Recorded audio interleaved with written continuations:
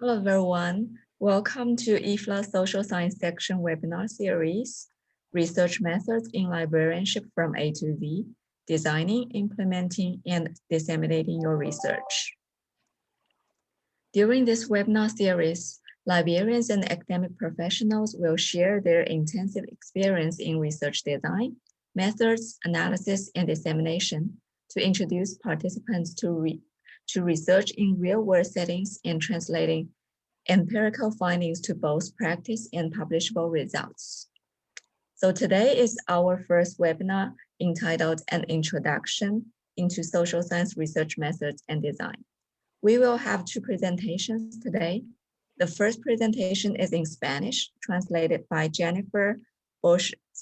Jennifer has a PhD in Library and Information Science, a graduate of the National Autonomous University of Mexico, UNAM, who specializes in digital libraries, archives, and academic repositories.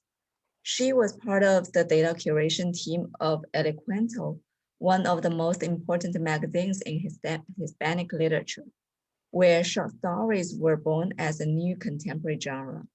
Besides, Jennifer worked in the first project to digitize theses at UNAM. Currently, she works at the National Council for Science and Technology, supporting universities and academic institutions to connect with the National Repository as part of the open science policy in Mexico. So before Jennifer introduces our first speaker, I want to remind you that you can post questions and your email addresses in the chat, and Jennifer will translate and share them with the speaker. She will translate his responses and we will email answers to participants. During the presentation, we respectfully ask that you keep your video and audio off during the presentations to ensure we have no connectivity issues. Jennifer? Okay, so thank you, Wenli, and good morning, everybody.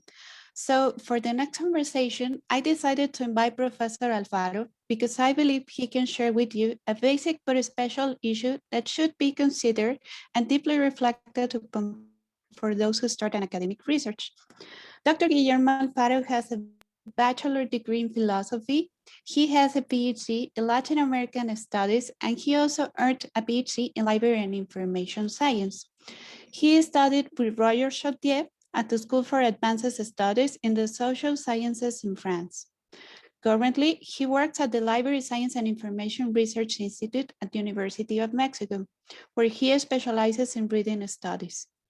For many years, Alfaro has taught the class of epistemology of library science, and he also helps many students in master's degree and PhD to develop better research protocols. As one of those students, he helped me to establish the right question for my own PhD protocol. Such research questions basically arise at the first stage of the research process, but it's important to analyze and reanalyze these questions while the research is still active. This is because sometimes we can get into a dead end, and if we look back into these questions, we will know if we need to improve them or not. In the end, we believe that a good research question should lead to more questions. So we can start with the meeting.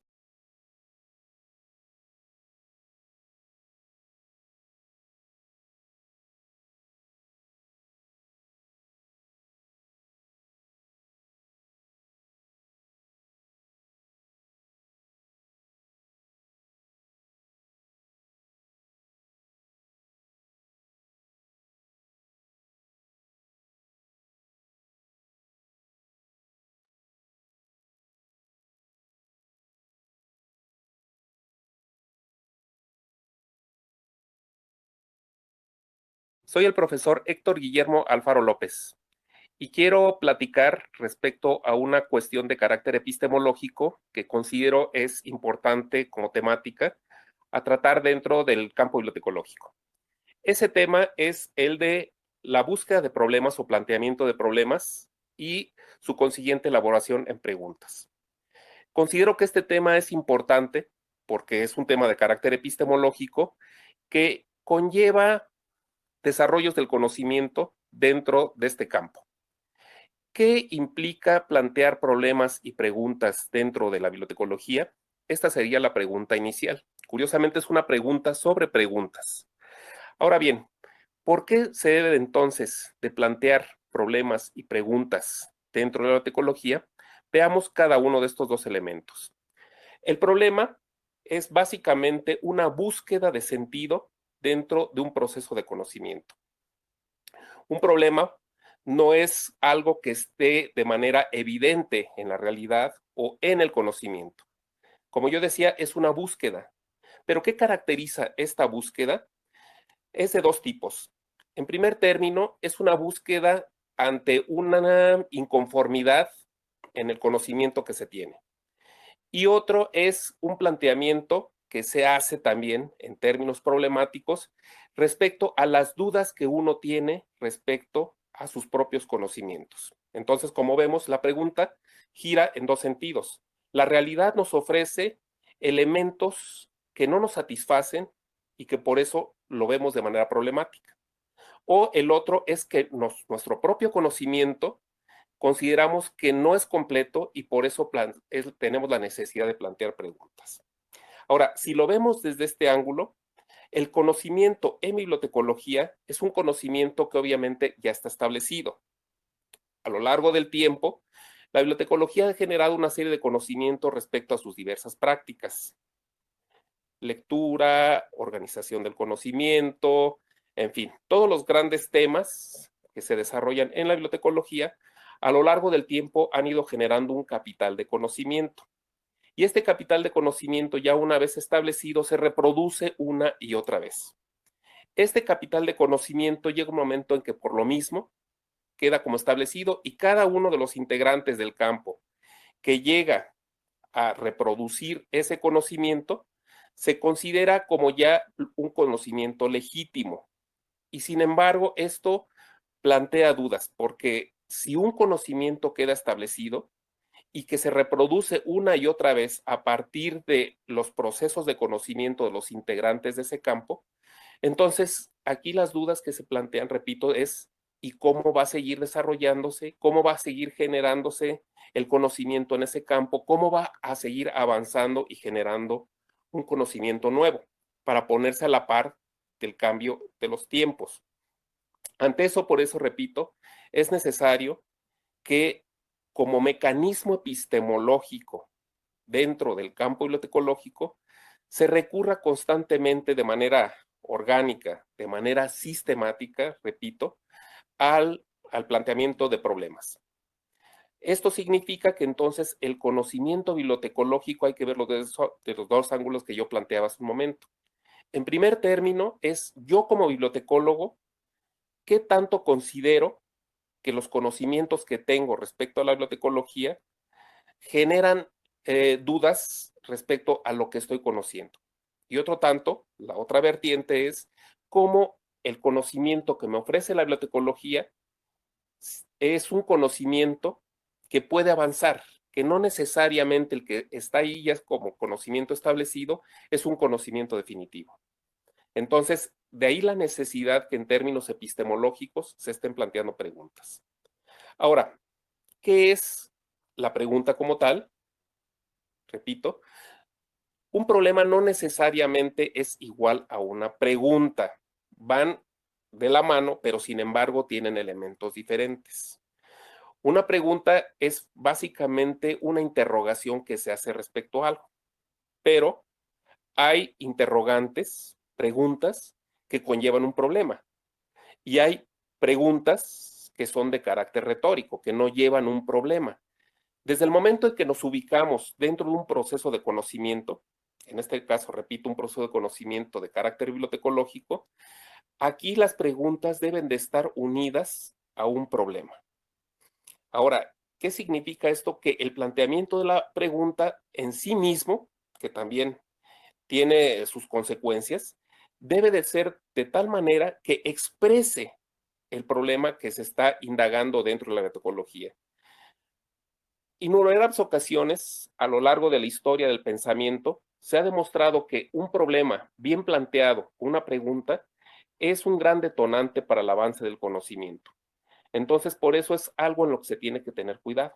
El hecho de que se tenga con claridad la visión respecto a un problema no significa que en automático se esté correlacionando con una pregunta. Es decir, la pregunta también implica un proceso de reflexión para que se ajuste y pueda expresar el problema. Entonces, por eso es que es importante que se tenga en consideración estas dos dimensiones, las características específicas de un problema y las características también propias de una pregunta para que embonen una en la otra. Cuando se logra esto, ¿hacia dónde conlleva este proceso de plantear un problema a través de una pregunta? Implica remover conocimientos establecidos. Implica que con eso se hace avanzar a una disciplina en términos de conocimiento. Ahora, detengámonos un momento aquí, porque hay otras implicaciones. ¿Qué conlleva el que en una disciplina de forma sistemática se estén planteando preguntas y problemas? Implica una visión específica de carácter epistemológico. Esto es, implica una concepción de carácter teórico respecto a esa disciplina. Ya el hecho de que haya una base teórica con la que se esté llevando a cabo un proceso de conocimiento y que ese proceso de conocimiento esté conducido por problemas y preguntas, implica que es una disciplina donde hay la voluntad de cambio, la voluntad de avance, la necesidad de transfigurarse y generar conocimientos nuevos. ¿Por qué viene esta colación? Hay un momento en que los campos de conocimiento, como lo especificó el filósofo de la ciencia e historiador también de la ciencia, que fue Thomas Kuhn, planteaba que hay un momento en que se genera la ciencia normal. Esta ciencia normal es un proceso o una fase de conocimiento dentro de los campos de conocimiento en que se estabiliza el saber. Los conocimientos quedan ya totalmente establecidos, consolidados, legitimados y se reproducen una y otra vez durante largo tiempo. Y en ese proceso, los conocimientos se consolidan, se le dan legitimidad a los conocimientos de ese campo, incluso legitimidad hacia el exterior, es decir, dentro de la gran matriz del conocimiento humano, ya el que una ciencia tenga conocimientos normalizados, eso le da una legitimidad dentro de esos diversos conocimientos. Pero esto también está significando que se va dando a la larga una parálisis dentro de ese proceso de conocimiento, porque los conocimientos lo único que hacen es reiterarse, consolidarse una y otra vez, pero ya no avanzan. Entonces es ahí la necesidad en que, diría el propio Thomas Kuhn, se tenga que generar un tipo de conocimiento revolucionario que cambie ese conocimiento. ¿Qué es lo que hace que ese conocimiento ya establecido por una ciencia normal pueda cambiar? Es el hecho de que esos conocimientos establecidos plantean que ese conocimiento como tal es problemático. Y es problemático porque ya no está avanzando el conocimiento. Y una vez que los conocimientos quedan establecidos, curiosamente, entre más consolidados están, a la larga van mostrando también fisuras porque ya no avanzan. Y esas fisuras van demostrando que ese conocimiento ya no responde a nuevas problemáticas, a nuevas situaciones. Entonces, es ahí cuando ese conocimiento se torna problemático. Y es por lo que decíamos que en una ciencia se requiere estar periódicamente planteando problemas, porque eso revoluciona, cambia los saberes, cambia el conocimiento. Y esos problemas, incluso si lo vemos en sentido muy particular, obedecen a un avance muy específico. ¿Y en qué consiste? Es decir, si hacemos una línea de continuum de lo que significan los procesos de conocimiento, vamos viendo que se van dando desde los datos que se configuran en información, que a su vez se transfiguran en conocimiento, y si fuéramos al extremo, esos conocimientos tendrían que transformarse en saber. Cada una de estas fases tiene una cualidad específica. Los datos tienen elementos muy determinativos que hacen que precisamente sean considerados datos. Estos datos al aglutinarse se transfiguran en información Y la información, cuando cambia en sentido cualitativo, se transfigura en conocimiento y a su vez en saber. Pero hay una fase, hay un elemento, digamos, de bisagra que permite pasar de la información al conocimiento y es los problemas. Los datos, repito, se aglutinan, se generan en información, pero para que se pueda esa información convertir en conocimiento y no que solo siga siendo información, se requiere plantear problemas. Y estos problemas son los que van constituyendo, en la medida que se les da respuesta, constituyen el conocimiento. Ahora, obviamente, las preguntas que se hacen en este momento con sus consiguientes problemas son de carácter cognoscitivo, de carácter epistemológico. Por eso es que ahí la información se transfigura en conocimiento. Las preguntas que nos permiten pasar del conocimiento al saber cambian también de carácter cualitativo. Ya no son preguntas de carácter epistemológico, son preguntas de carácter existencial. Cuando el conocimiento se convierte en saber, la bisagra que permite ese tránsito es precisamente preguntas de carácter existencial. Pero para nuestros requerimientos, que nos movemos en un campo de conocimiento, en particular la bibliotecología, las preguntas tienen esa función particular, hacer que la información, el capital informativo, el capital de conocimiento que ya existe en el campo y que es un conocimiento estabilizado, repito, dentro de esta categoría que diría Thomas Kuhn, de conocimiento en términos de ciencia normal, entonces esa información, ese conocimiento estable de ciencia normal, pueda pasar a convertirse en un nuevo conocimiento. Es ahí la necesidad de las preguntas, el que las preguntas permitan esta remoción, este cambio, esta revolución del capital de conocimiento establecido sobre el que está fundamentada la bibliotecología. Entonces, por eso, como yo decía al principio, la necesidad de que se estén planteando preguntas como un proceso, digamos, estratégico de conocimiento dentro de la bibliotecología, tiene también como finalidad eso, que el capital de conocimiento que se ha venido gestando durante largo tiempo, desde que la bibliotecología en la antigüedad como un saber bibliotecario y ya después en el mundo moderno como un conocimiento bibliotecológico, pueda seguir generando un conocimiento de cambio, un conocimiento novedoso, un conocimiento que haga avanzar a esta disciplina, se requiere entonces, repito, el aporte constante de estar planteando problemas y preguntas. Ahora bien, ¿qué significa esto en última instancia?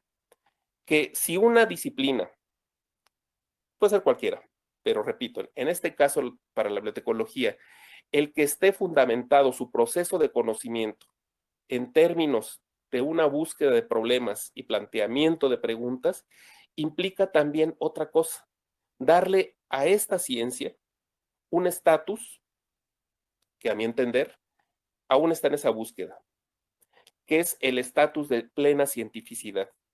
La bibliotecología, por la forma en cómo se ha venido desarrollando hasta este momento, sobre todo con un carácter funcional, de eficientismo técnico, en gran parte de los desarrollos que se están haciendo en la bibliotecología a nivel mundial, está implicando que si vemos desde esta concepción epistemológica que yo he venido planteando en este diálogo, en esta charla, implica que entonces la bibliotecología pueda alcanzar su estatus de cientificidad. La bibliotecología no necesariamente tenemos que considerarla como una ancila de las demás ciencias, sino una ciencia con un estatus cognoscitivo propio. Y para ello entonces se requiere darle toda esta base de carácter epistemológico que comienza con una concepción de plantear problemas y preguntas. Porque repito, hacia donde conduce esto es a que la bibliotecología alcance su estatus pleno de cientificidad y como tal de una legitimidad como ciencia bien fundamentada y que le permita estar a la par de otros conocimientos y de otras ciencias. Pero repito, el basamento sobre el que se tiene que fincar este conocimiento en términos de bibliotecología, de la bibliotecología, debe de ser un conocimiento con una base teórica y que esa base teórica esté fundamentada epistemológicamente con esta función estratégica de los problemas y las preguntas. Bueno, por mi parte, esto es lo que tendría que decir al respecto y concluyo estas palabras diciendo que arriesguémonos en esta búsqueda de generar problemas y preguntas y que a la par con ello, también eso sea un estímulo para la reflexión bibliotecológica y que permita avanzar a nuestra disciplina para consolidarse mayormente como un estatus de carácter científico. Muchas gracias.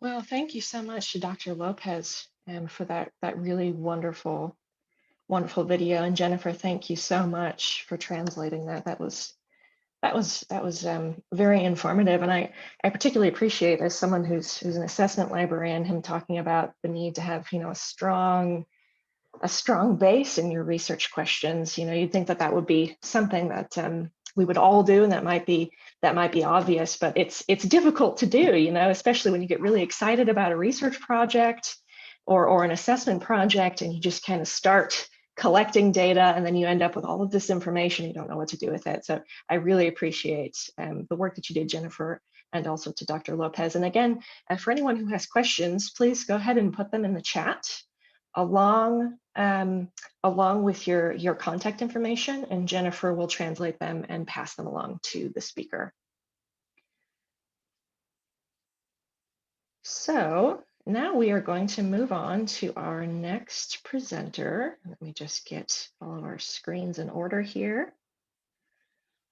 And also thank you so much for your patience as we deal with some technical issues this morning. All right, so next up, we have Ashlyn Colgate, who is an assistant professor and education and social sciences librarian at Texas A&M University in College Station, Texas. She received her bachelor's and her master's in information science from the University of Texas at Austin, and her PhD in educational administration from Texas A&M University. She has worked in academic and medical libraries in a variety of roles, including instruction, assessment, outreach, and collection development. And her articles have been published in multiple library journals, including College and Research Libraries, Journal of Academic Librarianship, and Evidence-Based Library Information Practice. Her current research project focuses on systematic reviews in education and the social sciences and librarians' teaching philosophies. And during her presentation, feel free also to put questions in the chat, and we will get to them at the Q&A portion of the presentation. And once more, thank you so much for keeping your videos and audio off so that we can make sure we don't have any connectivity issues. So Ashlyn, are you ready to start your presentation? All right, excellent. Well, maybe. Okay. Hi, everyone. Let me, my screen sharing. Yeah. And I'll put in the chat a link to the slides, which is going to be in PDF, and it's on a Google Drive. And so it might, when I was testing this morning, it was taking a little bit of time. So it might take a little bit of time to download, but that way you have access to the slides as I go along and the links. So thank you for having me. I'm Ashlyn Colgate, and my portion of the presentation is going to focus a little bit more on kind of practical aspects of the research process and what I've titled the initial research process. And so what I mean by initial research process are sort of the things to start thinking about as you are trying to figure out your research question and establish the research problem. So I've outlined 3 areas that I'm going to talk about today, the generating ideas, finding collaborators, and then choosing a journal. So before I dive in, just a little bit about me and my background with research. So I feel like I am relatively new to research and publishing. I didn't do research or publish anything in a journal until I joined Texas A&M University about 5 years ago. So while 5 years could be a long time, I feel like I'm still learning and kind of getting a sense of the rhythm of research projects and research project development. Most of my experience has been the academic librarian practitioner experience. So like in my introduction says, I focused on instruction, assessment, systematic reviews, and collection development. So my research experience has spanned library and information science, as well as gone into a little bit of the realm of educational research. I've worked with a research team out of the College of Education because I was a doctoral student. So it kind of gave me some insight into how education researchers can do research, but also that they're not, they're still learning as well, like we are in librarianship, I think, particularly as librarian practitioners. So what I'm going to talk about in regards to generating ideas and finding collaborators and choosing journals is sort of my own personal insights of my experience over the past 5 years, as well as things I've internalized from colleagues and faculty members outside of the library, and probably numerous other blogs, articles, resources. So let's start by the generating ideas. I'll be honest, this is the part that I like the most. It's kind of, for me, it's the most exciting to think of what new thing can I look at and discover. And so by idea, I mean a general topic, or if you look at the definitions of research, the inquiry into a particular phenomenon, I prefer the term topic. So I'm thinking of like a broad area in which you can then focus a little bit deeper and find that problem and develop that research question. So how do you get started with thinking about where do I even start with researching? So I will say, personally, I've found the most inspiration by looking at what I currently do. For me, it really has helped to look at what I am doing in my current role and develop that into a project that can improve that service or take that current project to a new level. So if you're thinking about a research project, I would encourage you to kind of brainstorm and consider what things are you currently working on? Are you working to implement a new service? Are you making changes as a result of the COVID pandemic? Have you been doing something like maybe research consultations or a library instruction session for a long time, but never have like taken that next step to collect some type of data about it? Or have you implemented some new workflow in your library and maybe it's time to do some type of assessment? And by assessment, I mean in a general sense, some type of data collection, whether that's data that you already have stored in a library system or data where you go out and ask users, students, faculty about the service, and then can turn that into a research project. And then the second area that I feel is ripe for where can we get these topics or these ideas to start researching are what I labeled your passion area, because I feel like we all got into librarianship, library and information science, because there was something about the profession that we're really passionate about and interested in. And for me, I will say that that is library instruction and teaching and learning theory, like how that works, how the process occurs. And so I really get excited by things in that realm. So, maybe taking a step back and reflecting a little bit about what really excites you about librarianship and what area of librarianship, whether it's instruction, whether it's collection development, whether it's outreach, whether it's something more theoretical that can move the profession forward, what excites you and where do you want to spend your time doing a research project? Because, research really does take time. So I feel like with the idea of current projects and the idea of passion area, we kind of already get into this, this practice, integrating research into our current practice versus the passion area I see as more of moving the profession forward. Like what area do you see as a profession we should really be talking about issues rather than something that we can implement immediately in our library. And as you're working through these, I would say talk to other people, particularly maybe colleagues. I've had some great conversations, not even about research, where you just are talking about something and they're like, oh, we should look into that a little bit more deeply. And that ends up being our topic. We look at the problem. Maybe the problem is we've been doing these consultations for 10 years, but we've never actually assessed them. And then our research ended up being, what is the best way in our context to assess these research consultations that we've been doing? So I'll say both of these methods do require some work to kind of define the research problem and the question. However, as a profession, we actually have some proposed or established research directions if you kind of want to start somewhere with what other people have come up with. So for example, committees and organizations have developed research agendas. I've put 2 examples on the slide, but if you are aware of others, please feel free to put those in the chat and share with the group. So ACRL's instruction section has a research agenda for library instruction and information literacy.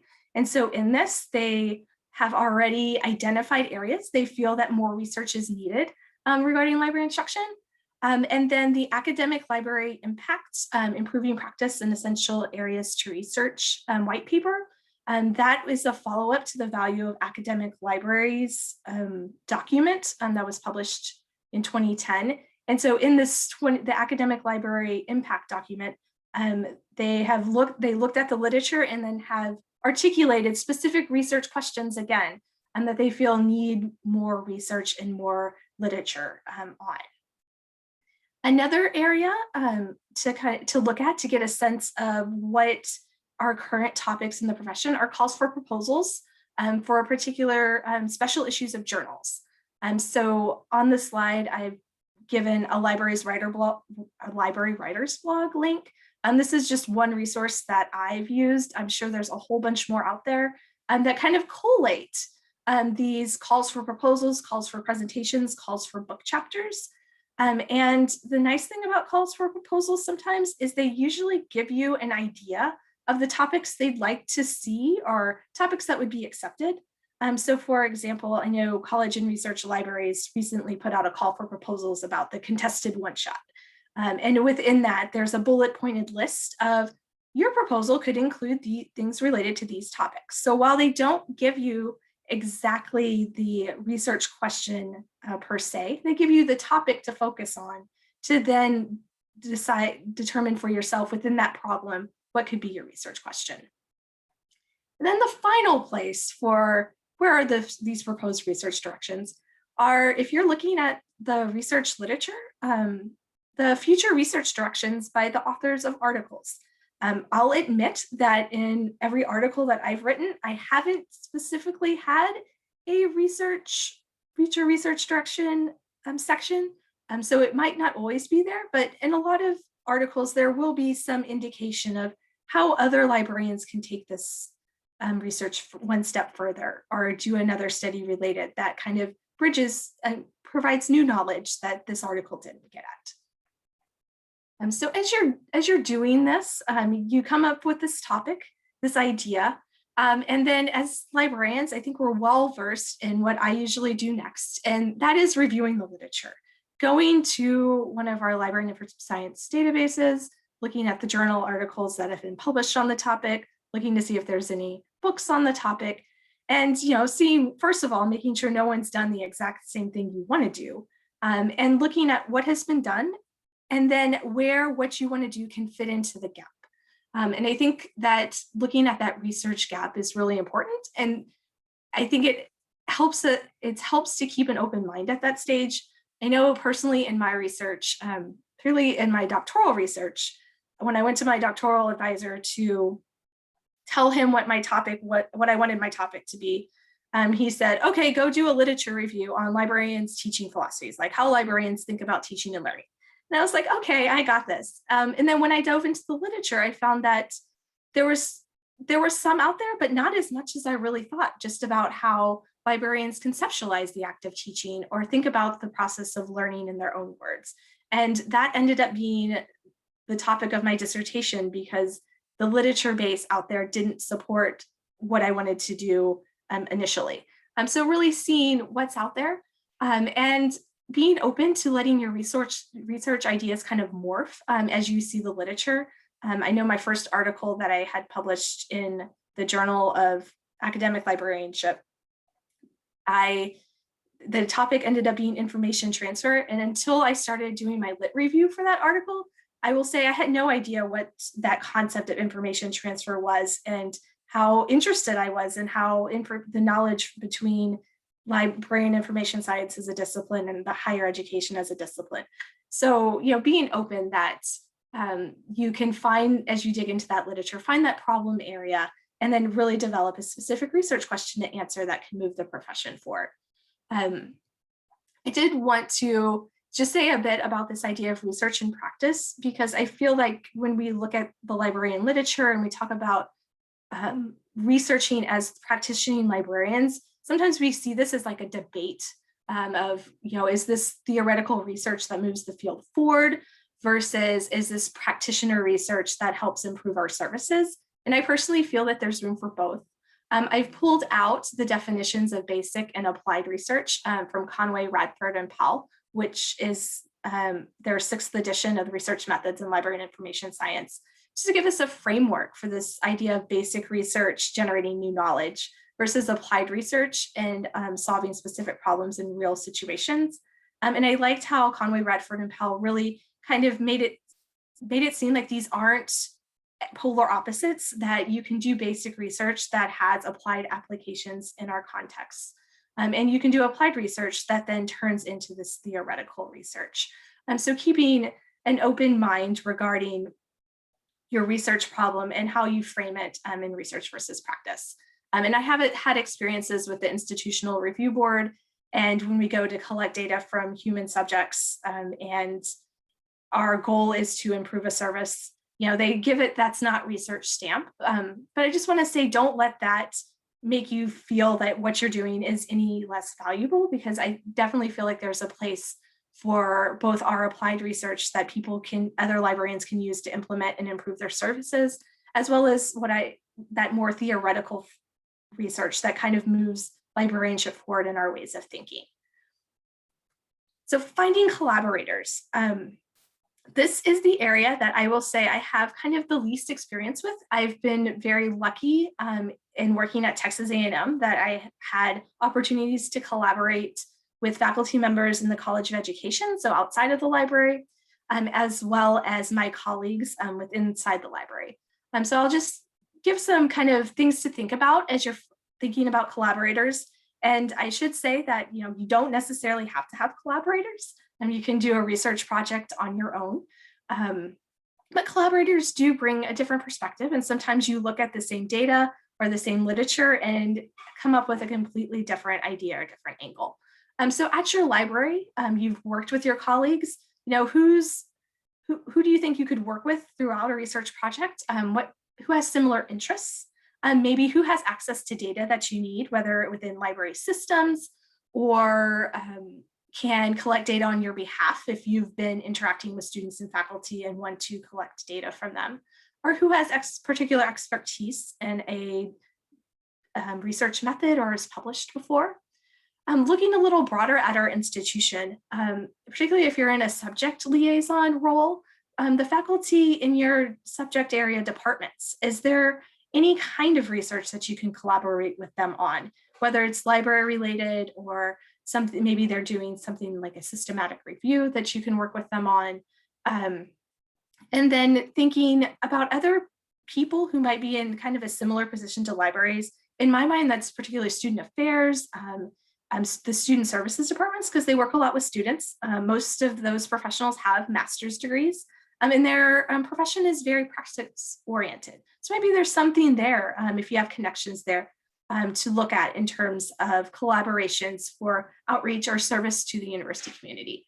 And then finally, the institutional research office.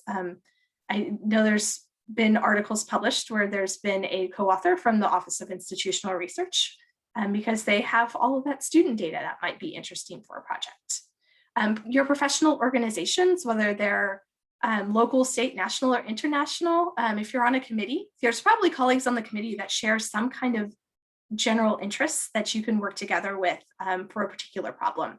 And then finally, there's collaborator outlets. I know LibParler, I think, is fairly recent. And they have classifieds where you can post what you're looking for in terms of research collaborators.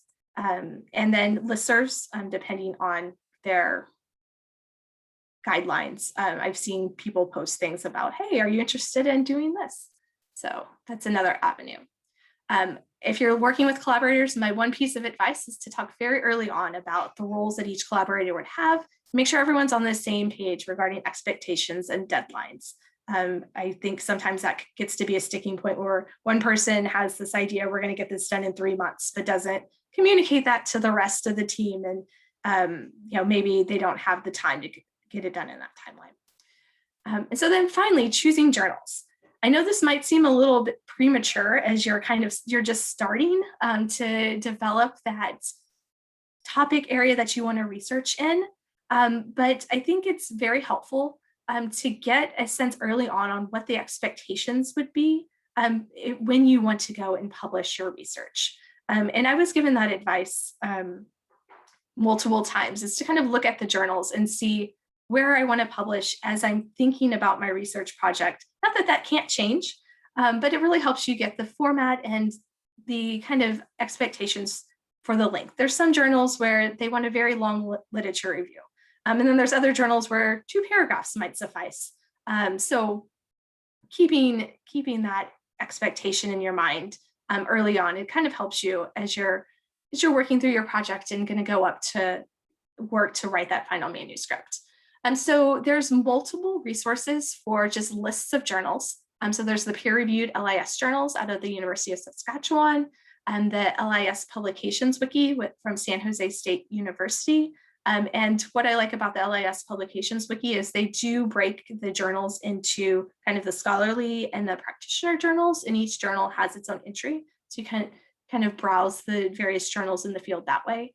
The ACRL instruction section recently published a list of journals on teaching and learning. If you are doing something more information literacy related or trying to collaborate with a faculty member, maybe looking at those kind of avenues.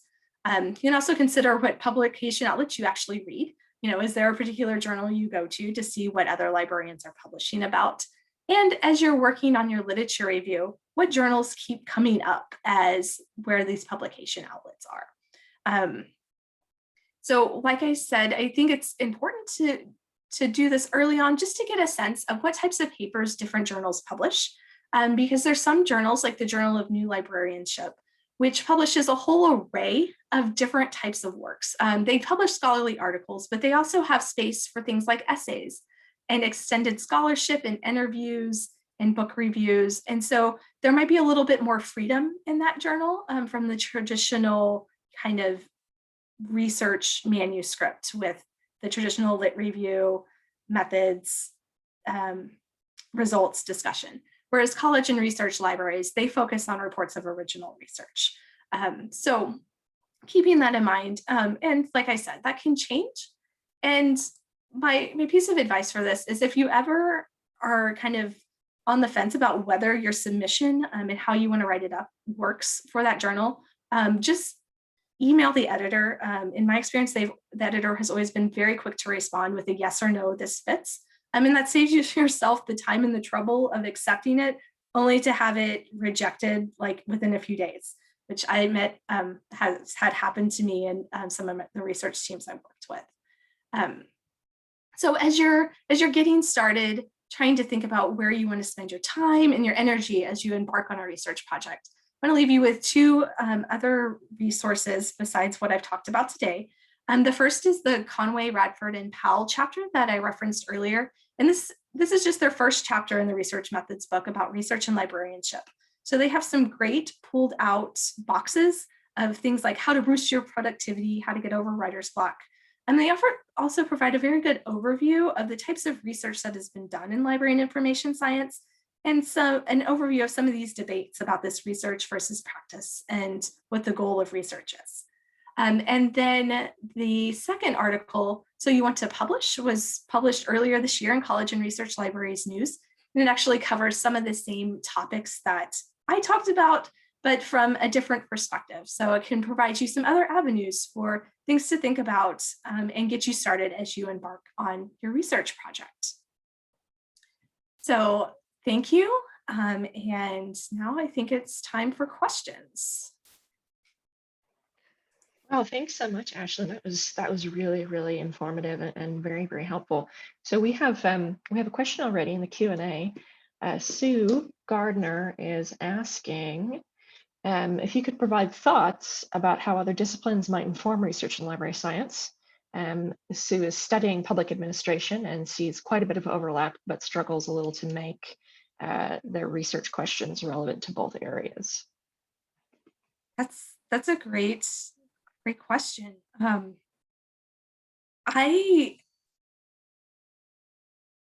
It's tough to answer because as a student in educational administration, I kind of get what you're saying. Like there's so much overlap.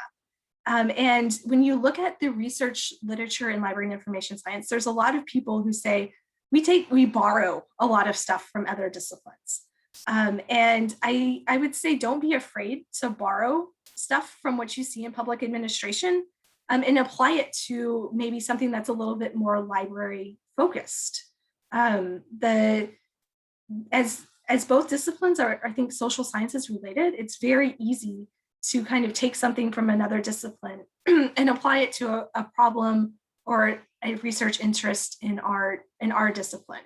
I'm not as familiar with public affairs administration topics, but that would be my advice, is to kind of look at what you're interested in and what can be applied, because if you look at the research literature in library and information science, you see that a lot of people have kind of done that. Like, this is something that's been used in this discipline. How can we use it in this discipline? So bridging that gap, because I hesitate to kind of put you in a position where you have to say, well, it has to be applicable to both, but how can one inform the other? I know that's a tough question, but it's great things to think about, and I think could have very big impacts on the library and information science research, especially if you haven't seen anyone else who's kind of doing the same thing. So I encourage you to pursue that, and I'd be interested to see what you come up with. Yeah, thanks so much. I'll say this knowing absolutely nothing about public administrations, but I'm situated in library administration myself, so I could imagine there would be some crossover with management types of topics and potentially patron-facing types of topics, and how you administer the patron-facing aspects of your library potentially. But that's just throwing that out there. So thanks so much, Sue. All right, the next is from Rashmi Kumbar. Rashmi asks, what kind of topics in LIS can be taken up as action research if one is into interdisciplinary research? Great question. So when I've used action research, or I've applied action research, it's really that idea of that kind of applied research, looking at what we can do in our specific context that has specific applications. And a core component of action research is actually bringing in the people who are affected by the research. So if you're looking at a service that involves students, kind of somehow figuring out how to bring in the students into the research project, and getting their opinions, collecting data from them, making them like collaborators on the service is really a key component of action research. And the action research, I view it as a cycle. And so the idea of action research is you have that problem. Let's say you're looking at research consultations. You pull in the stakeholders for the research consultations. You think about how we can collect data and improve it. You collect the data, you make changes to the research consultations, and then you do it again. kind of the cyclical process of collecting data, making changes, seeing how it works. And so I think a lot of what we already do in librarianship could potentially be classified as action research. We just might not do it as such. And now I don't know if I answered your question. Was there another component to that for me?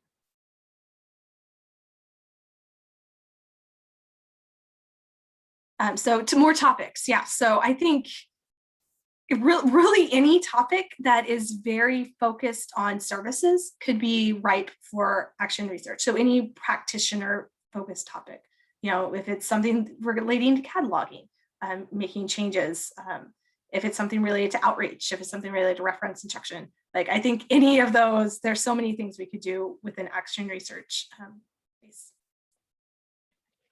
All right, thank you. Okay, we have looks like 3 more questions here. So the next one is from Nita Jambakar. And Nita says, great presentation, actually. And Nita asks, did you also look at acceptance rates for journals? No, I did not. When deciding for which journals to submit to, I did not kind of get a sense of from colleagues of how hard it is to get in particular journals. But I think Cabell's, where I've been told to go look at acceptance rates, I find that those aren't really the most accurate. And in my experience, especially, this is in the librarian information side, not so much the education side. I have lots of things that have been rejected on the education side of my research, but librarian information science, I feel like we're more, not forgiving, but I found that peer reviewers and editors give a lot more like feedback on how to get this published in the journal than outright rejection, in a way, like more, not caring, but a little bit more willing to work with you to get your publication in a fashion that could be published in that journal. That's been my experience compared to education. Mentoring, maybe, yeah, maybe mentoring is a good word.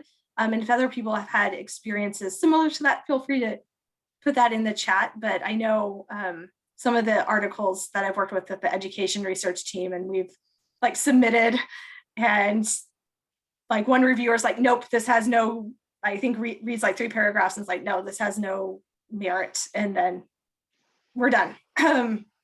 So I found that when I submit things to library and information science or academic library practitioner journals, the feedback has been stuff that we can improve the paper to hopefully get it published. All right, moving on to the next question. This one is from Muhammad Ali. Ashlyn, it was a very nice presentation. My question is that technology has great impact on libraries. How can we collaborate with IT teams regarding the library, digitization, AI, digital reference, etc.? That's a great question. And I think you've already hit on your research area, your research topic, and there's lots of ways you can go to that. I'll admit I have not collaborated a lot with information technology departments recently. I did in a previous many years ago, and I feel like if you have a justification for something, they're more willing to talk to you. But if anyone has ideas, please feel free to put them in the chat, or if Lindsay or Wenlei, Jennifer, you'll have some thoughts on that. Please feel free to say. It's a little bit out of scope of what I've been doing recently. Yeah, you know, I actually have been collaborating a little bit with our library IT department. It's much less original research and more sort of a programmatic assessment. But we're starting to look at across our campus what types of very specific software some of our students and faculty would need to be successful in their programs. And we're doing this because, you know, for some of the more software-heavy programs, I suppose, like computer software-heavy disciplines like computer science, or even going into the fine arts, you know, some of the music creation software, those get expensive and they're difficult to put on personal computers. So we're looking at getting some of that software and putting it on very powerful computers in our libraries so that our students and faculty can come use it. That's just a very small example. Jennifer, did you have any comments on that, or any experience working with library IT? Yes, give me a second. Has a great impact on library, how we can collaborate. Well, it depends on the project, I think, because we need to think about what we want to do exactly. For example, in my case, I work with academic repositories, and when you have the project, you need to think all about what you want to do. So you always have to talk with the IT team. It's very important. So you have this communication, because librarians have all this background about copyright and what should be put on repositories and all this thing. But the IT team can make a lot of things about how to make it easier and to be accessible, and all these things that librarians cannot manage at all. So I think that is that. And you have a previous question, but I don't want to interrupt. I don't know if I can make an answer to Sue Gardner. Is there no problem? So, but it's like more like a personal answer, because I study open government on my PhD protocol. So I think that maybe you should look for archival science, I think is the name of the discipline in English, if you can correct me. So it's library science sometimes is very difficult to put it together with public administration. So probably the study should be more about archives. So you need to check out all this theory. I don't know, it's very difficult in case of Mexico, because we don't have these two disciplines separated. We study in the same program, so we can do that. So it's just an advice. I don't know if it can be useful for you, but that's all. Oh, thank you so much, Jennifer. I appreciate that. So we have just a couple of minutes left, and we have, it looks like, one more question here. And this is from Manoj Jagannathan. Forgive me if I mispronounced that. What are the possibilities to applying e-learning concepts like LMS in library research?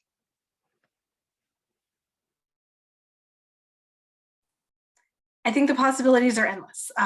There's particularly now in the state of the shift to e-learning and in libraries, I think whatever you're doing regarding e-learning, integration into the LMS, and how that connects with student learning, student success, student understanding of library content, I think that area is ripe for taking those e-learning theories and applying them to what you're doing within library and information science. I think there's so much that you can do.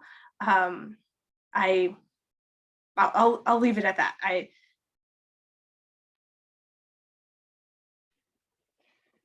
Yeah, thanks, Ashlyn. I agree. I think the possibilities are really endless.